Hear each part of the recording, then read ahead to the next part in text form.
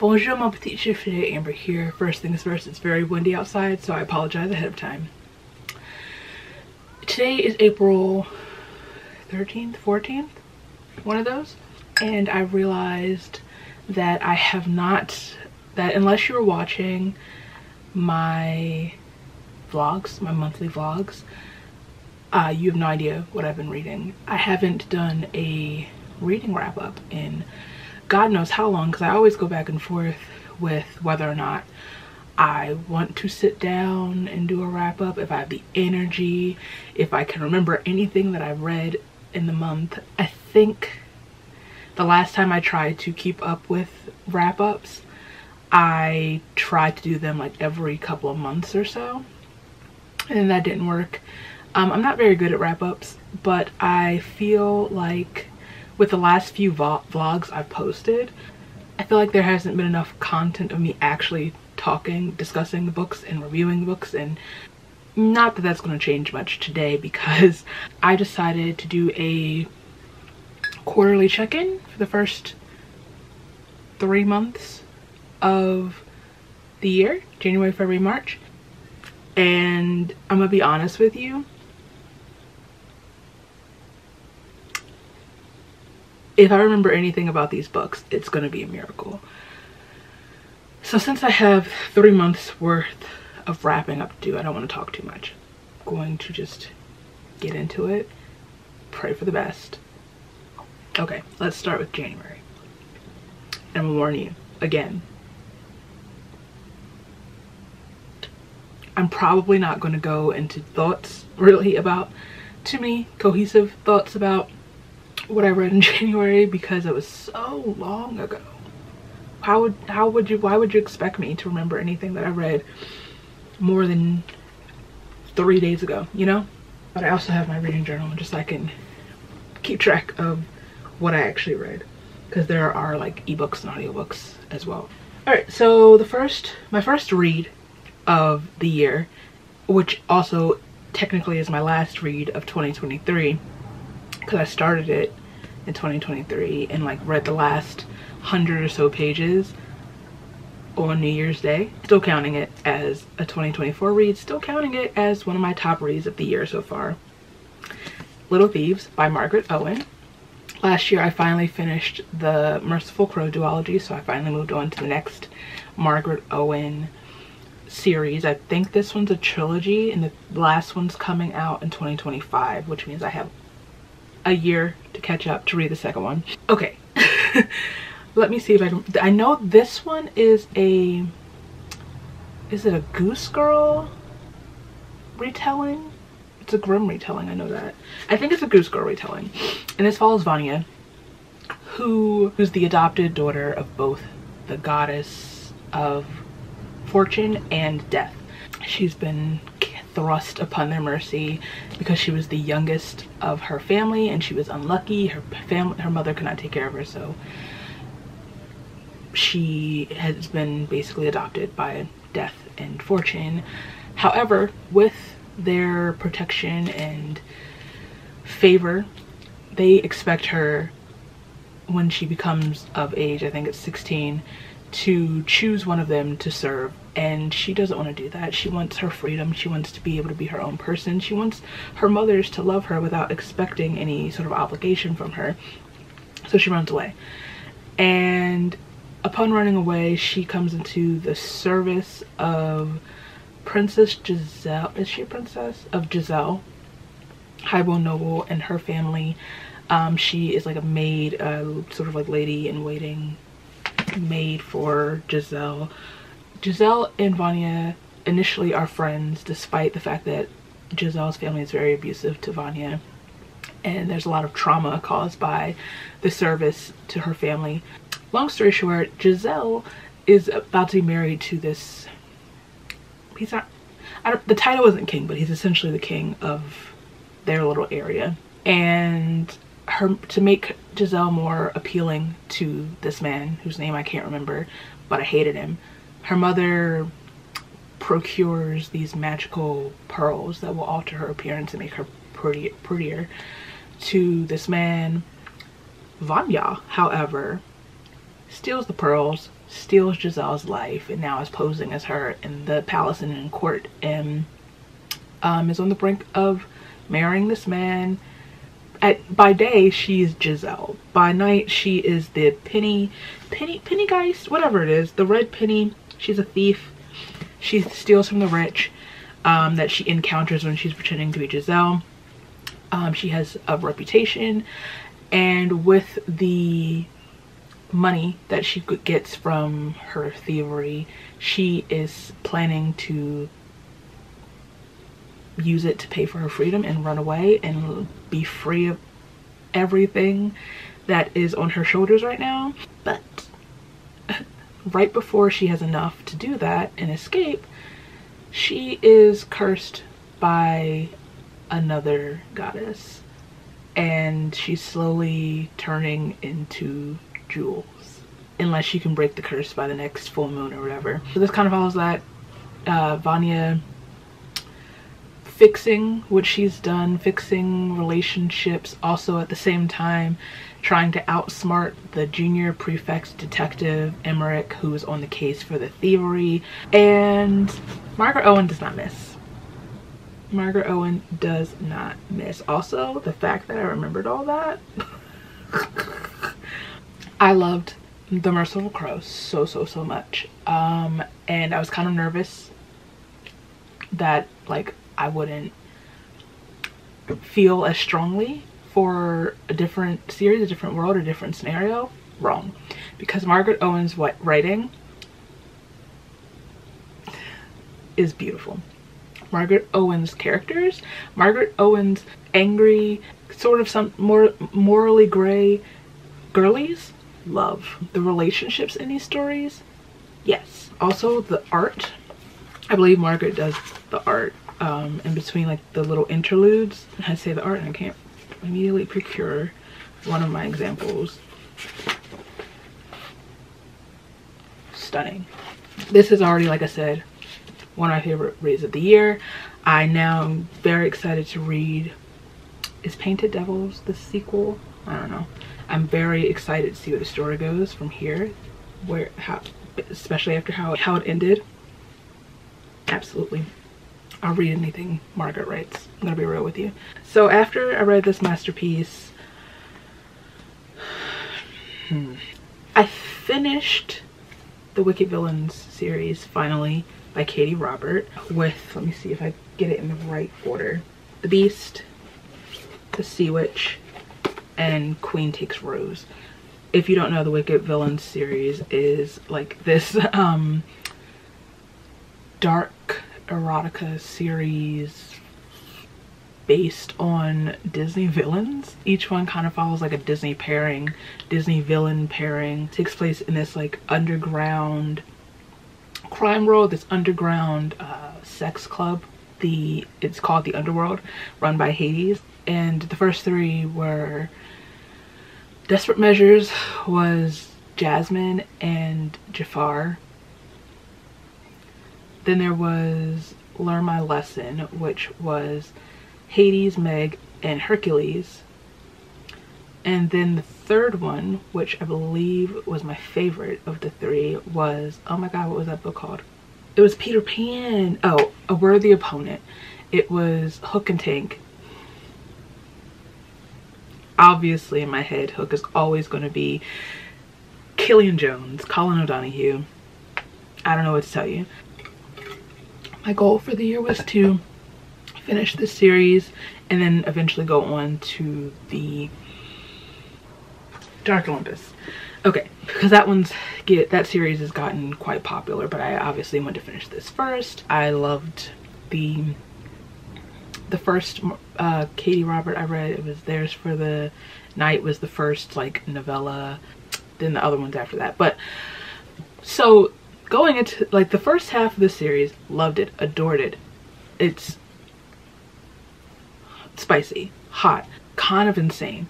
Everyone's queer, everyone's like poly. It's just a time, you know? And like going into it was a little bit out of my comfort zone, obviously, especially because when I started reading it, it's a reason, I had just started reading romance, like for real, or like that kind of world umbrella. So I was used to like cute books, sweet books, fluffy books, and I was like, but so long story short, January I finished these, and what I will say is that after a while it kind of gets redundant, you know. It just kind of is set in the same world. It's kind of like, obviously there are side plots and different characters rotating in and out, but it, you know, at the end of the day, maybe I shouldn't have read them all like back to back to back.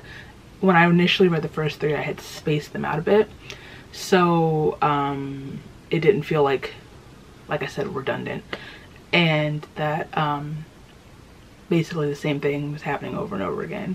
I did enjoy The Beast, which is Belle Beast, and well, in this book he's Gaetan instead of Gaston. I don't particularly love, which book was it? I think it's this one, The Sea Witch. I don't like love the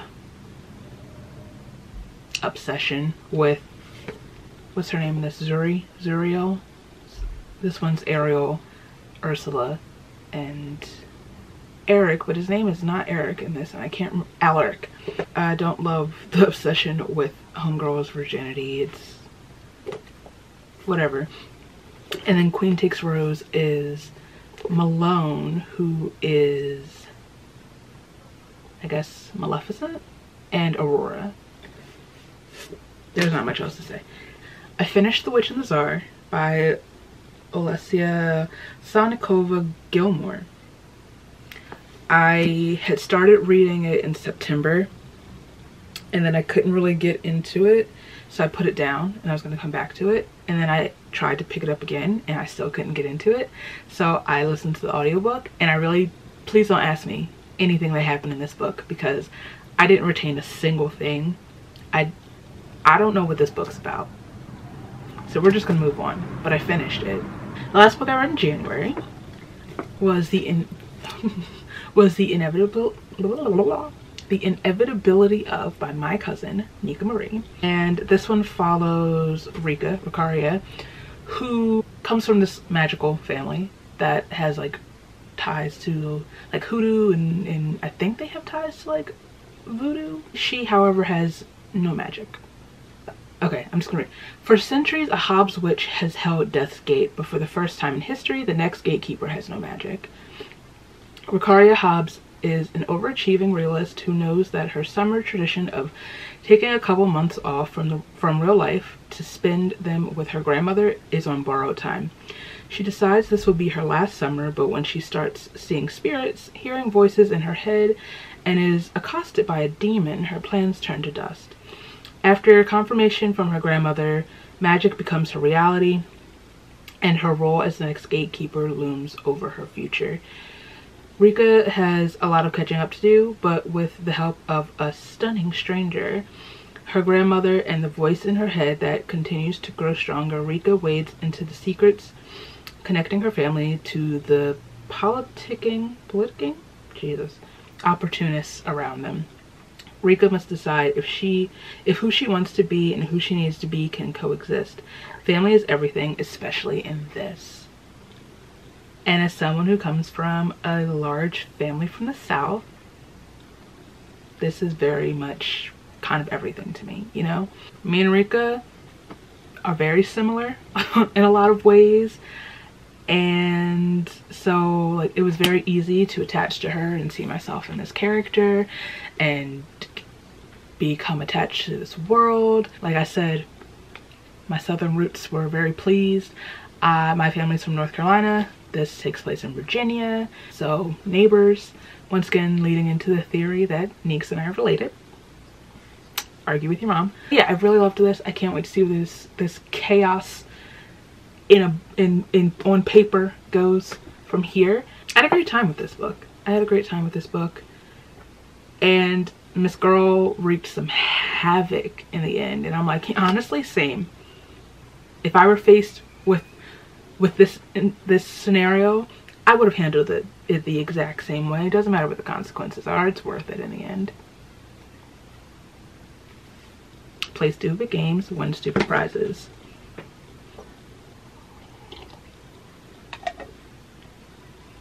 February. February is kind of embarrassing to me because February is Black History Month, as we all know, and I barely read in February, and like none of the books I had set up were strictly, well, I only had 2 books set that I wanted to read, and then anything else I was going to read I was just going to wing it, and it was obviously I had like a bunch of backlisted TBR reads by Black authors. But I read Black authors all year round, so like whatever. So first book I read in February was Eclipse. I don't know where it is. I don't care where it is, so whatever. I reread Eclipse. Hopefully you've already seen the vlog. If not, it's linked below. Sorry, I just got so upset I choked on my spit. And it did not go the way I thought it was going to. It wasn't quite how I remembered the book, truthfully speaking. And I think this will be my last time reading that. I can say that with certainty. Stephenie Meyer, I hope she's gotten so much therapy. So much therapy since this book came out. She is a menace, and she still will be dealt with. After Eclipse, because I needed to decompress, I needed to come down, and it was Valentine's Day, so I wanted to read something cute, something sweet, something short. I read Only for the Week by Natasha Bishop, which is a novella that I'm obsessed with.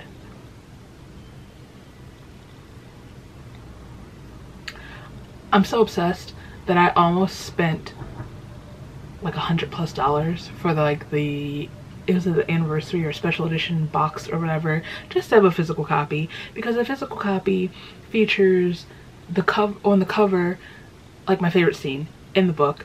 And I've been telling myself not to immediately reread it again, but I kind of want to reread it. And this follows, oh god, I don't remember any of these characters' names.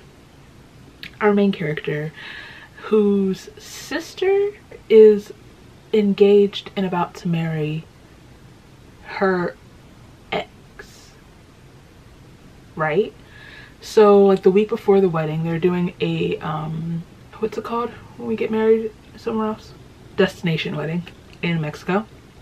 And the week before the bridal party, the whole party's going like to prep and like just have a week of relaxation before all the wedding shenanigans, right? Long story short, we encounter Rome, is that his name? I could be making that up. I'm probably making that up. Who is, I think he's the best man. Basically, this is supposed to be just like a long story short. Long story short, we have the phrase, give me your yeses, and they have an agreement to use this week for all of their pleasures and desires. And I want to tell you, but I don't want to spoil it, but like, when's it my turn? God. They swim with turtles. They read on a yacht. That's all I can say without too many details. Hello, it's me. It's me again. I think after I finish the book I'm currently reading, I might reread that. Just for the tingles in my brain, you know? And then we continued another series that I'm working my way through, and I read Jade War by Fonda Lee, which is the sequel to Jade City in the Greenbone saga. When I tell you, when I finished this book, I said, well, when I finished Jade City, I was kind of like, okay, I can understand why this has such a following, why people love it so much, why it's so recommended. Am I obsessed with it? Not necessarily, but like, I'm invested enough to keep reading. this one, I said when I finished, a sequel in a trilogy with a red cover is always going to hit. It's always going to hit. I might be 2 for 2. If I had a nickel for every time a sequel to a series with a red cover became an obsession for me, I'd have 2 nickels, which isn't a lot, but it's funny. It's crazy that it's happened twice. If you're into martial arts, East Asian inspired settings, some sort of fantasy elements, magic, if you like The Godfather, and specifically The Godfather Part 2, this is the book for you. As someone who is a Godfather girly, there are way too many tabs where I'm like pointing out similarities between the two, not in a bad way, just in a like, Amber, relax, we get it. We get it, you like The Godfather. You don't get it, though. You don't. Yeah, I'm kind of obsessed. I felt really unhinged. If I can find my tweet from when I finished this book, I'm gonna put it here. But I really felt really unhinged, like I was gnawing at my enclosure. And I recently finally got Jade Legacy because I need to finish the series while this is still in my brain enough, relatively fresh. That being said, if you want to see my thoughts, I'm not really talking too much about it because I am putting together a whole spoilery vlog for this whole series, which hopefully will be out soon because I'm hoping to read Jade Legacy this month. So be on the lookout for that. Subscribe. Hit the bell so you'll know when this goes up. But yeah, I get it. I'm here for it. Yeah, absolutely. Alrighty, so now we move on to March. I don't know why I paused, like I had anything to say about March. Y'all, I finally finished Witch Shadow by Susan Dennard, which is book Truth Witch, Wind Witch, Blood Witch, Sight Witch. It's technically the 5th book in the Witchland series, which we all know is one of my favorite series. Because we're 5 books in, I can't really tell you anything, really, except that, like, I love this series. That being said, I don't know if it's because I waited so long to get back to it, or because I hyped everything up and had so much anticipation for the series. I didn't love this as much as I wanted to. One, this is Isolt's arc, Isolt's story, and I was expecting a lot. So I don't know if it's my fault. Part of it I do know is my fault. What I should have done was reread the whole series before I jumped into this, because it's been way too long. It's been longer than I realized between Blood Witch and me reading Blood Witch and Witch Shadow. Also, I loved Blood Witch so much. Blood Witch was perfection. I love Aedwin. Was not in the story enough for me. Well, he was, but like not the way he should have been. Yeah, there was something missing from this for me, like holding it up to the rest of the series. Also, the way some of the bits ended were a little anticlimactic and a little disappointing.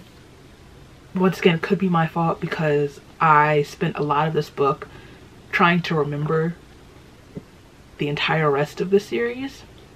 So like 4 other books where when Witch Light, I believe, is the final book that comes out next year. When that comes out, I definitely have to do an entire reread of the series before I even consider opening that book. So hopefully my feelings of this will change by the next reread.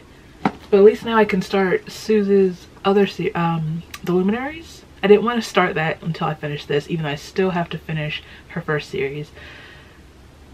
I only have 1 book left of that though, so hopefully that'll be done soon.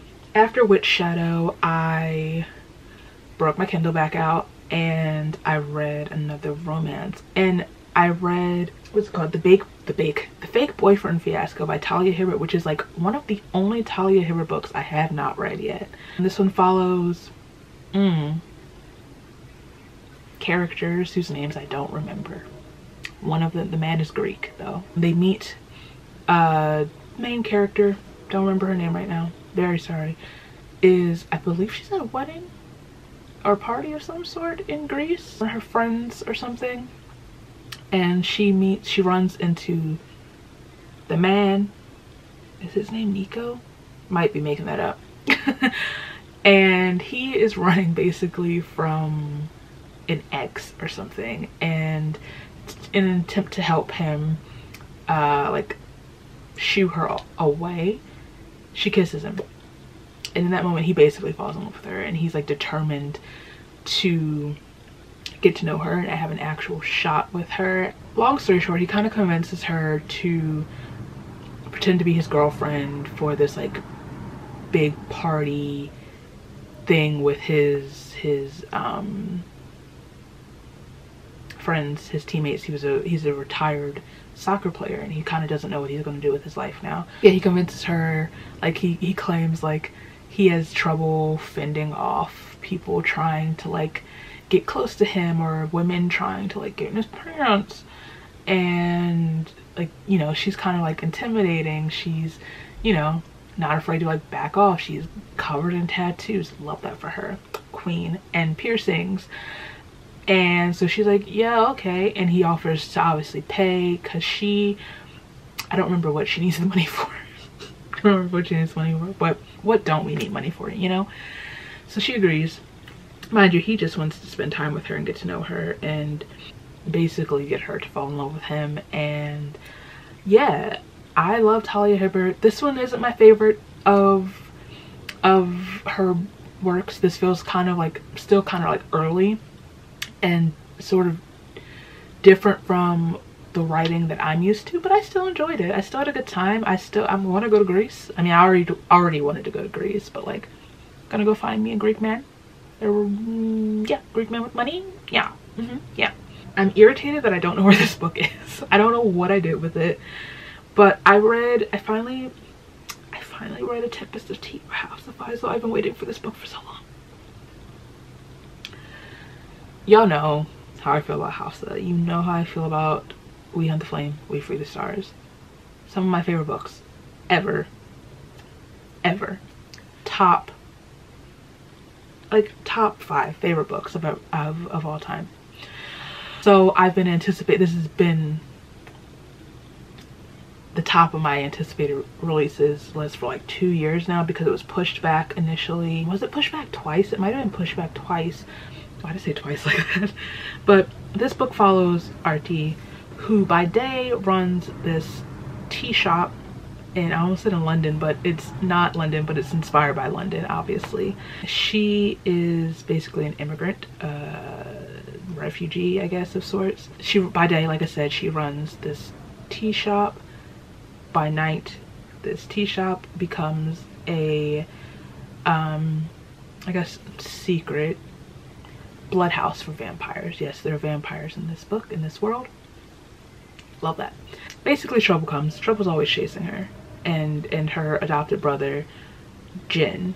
Their tea house is in trouble and is being threatened and on the brink of being shut down and taken by the king or the government or the whatever. So basically, she teams up with this guard who isn't quite what he seems, and they're basically running a heist. He enlists her in running this heist to steal something, and then like it'll be able to save her business, the Spindrift. So because Hafsa cares about me and respects me as a person, a team is assembled for said heist. A team is assembled. We have a found family element, and it has Six of Crow vibes.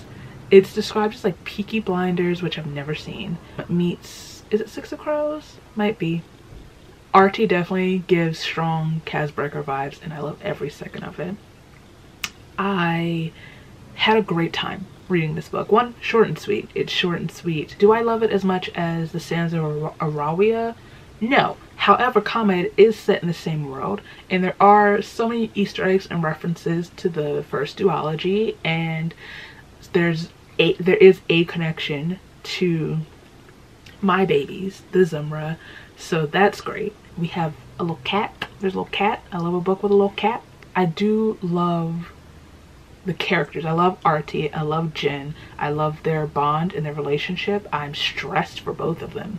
I'm so stressed for both of them. I love a found family, like we said. I am very interested in the vampire element and how some of those things work. I'm trying not to spoil anything. I'm also trying to hold on to my working brain cells because they've been doing pretty well so far.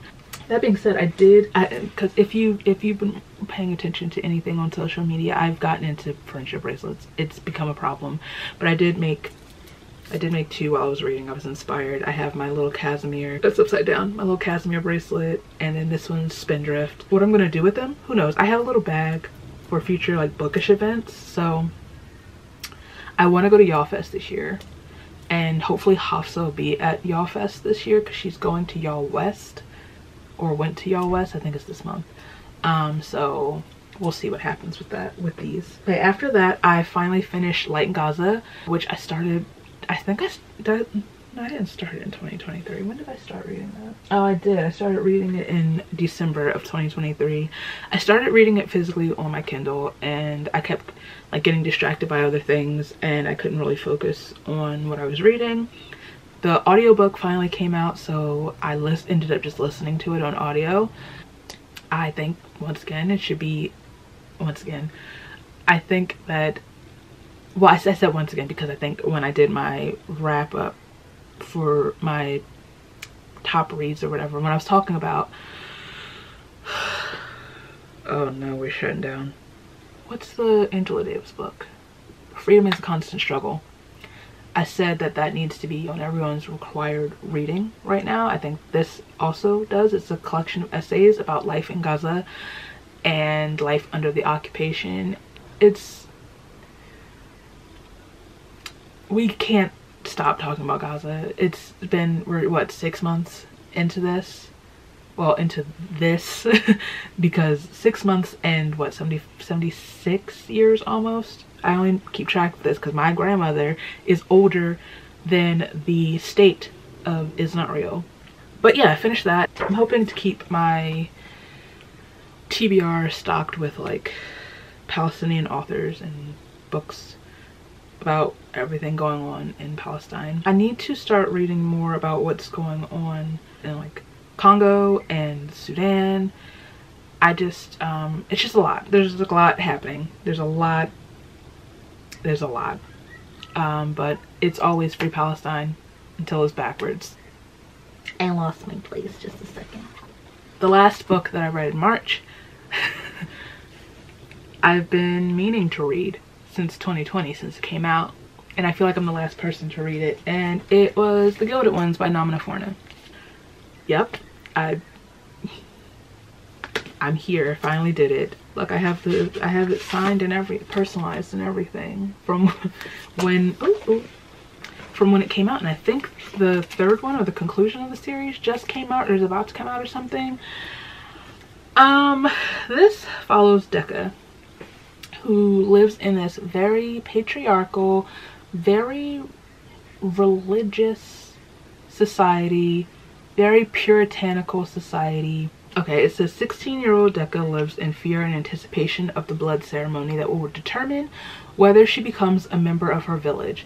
Already different from everyone else because of her unnatural intuition, Decca prays for red blood so she can finally feel like she belongs. But on the day of the ceremony, her blood turns gold, the color of impurity, and Decca knows she will face a consequence worse than death. Then a mysterious woman comes to her with a choice: stay in a village and submit to her fate, or leave to fight for the emperor and an army of girls just like her. They are called Alaki, near immortals with rare gifts, and they are the only ones who can stop the empire's greatest threat. Knowing the dangers that lie ahead, yet yearning for acceptance, Decca decides to leave the only life she's ever known. But as she journeys to the capital to train for the biggest battle of her life, she discovers that the Great Walled City holds many surprises. Nothing and no one are quite what they seem to be, not even Decker herself. In this bold and immersive fantasy, a young heroine fights to save a world that would dare to tame her, and discovers that she is her own fiercest weapon. And I enjoyed this book. I really did. I enjoyed this book. I think I did. I'm trying to remember anything about the reading experience. The thing is, I feel like maybe I waited too long. I kind of missed the hype of the book, or maybe also because I was around during the hype of the book, but still have been holding off on reading it. It wasn't precisely what I expected it to be or what I wanted it to be, but it was good. It just, you know, I love a moment of a girl coming into her own, a girl finding her powers and taking down the patriarchy. It's a moment. That being said, I know that this is a series, and that, like I said, I think it's the final book in the series is coming out or has come out. I got to the end of this book and like, I don't feel a need to continue the series. Not because like it's bad or anything, not because like not because like the story's not worth reading, but because like it was a solid conclusive ending. I felt like it was closure. It felt like it was enough at the end that we just go on. It just feels like we read it and we move on. I don't care to continue any other journey with this story. I'm like very content with where we ended. I've never felt that way about a series before. So who knows if I will. I don't think I'm going to continue this series. I'm glad that I read this book, and obviously will continue to support Namina. I'm satisfied with the Gilded Ones. Some books are better as standalones, and I feel like I want to do a whole video about books that I think should have been standalones. But that is the first 3 months of 2024. Yes, I had to remember. I'm surprised I remembered anything about these books, so yay me. I'm currently on my second book of April. Yeah, I'm reading 2 books right now. I'm reading Sunbringer by Hannah Kaner, which is the sequel to Godkiller, which I really loved. Today I'm struggling to focus and struggling to get into the book, which kind of sucks. Contrary to this video, I'm having a sucky day. Also, currently, my mom and I are reading Britney Spears' memoir. I don't know why I felt the need to tell you that, but you know, that's where I'm at right now, reading wise. Anyway, I talked enough. Thank you for watching. Let me know what your favorite read so far of the year is, or one that has disappointed you so far, or your thoughts if you've read any of the books that I've mentioned. If you like this video, please give it a thumbs up. If you like me, feel free to subscribe. All my places are down below so you can follow me, and I'll follow you back, and I'll see you very soon.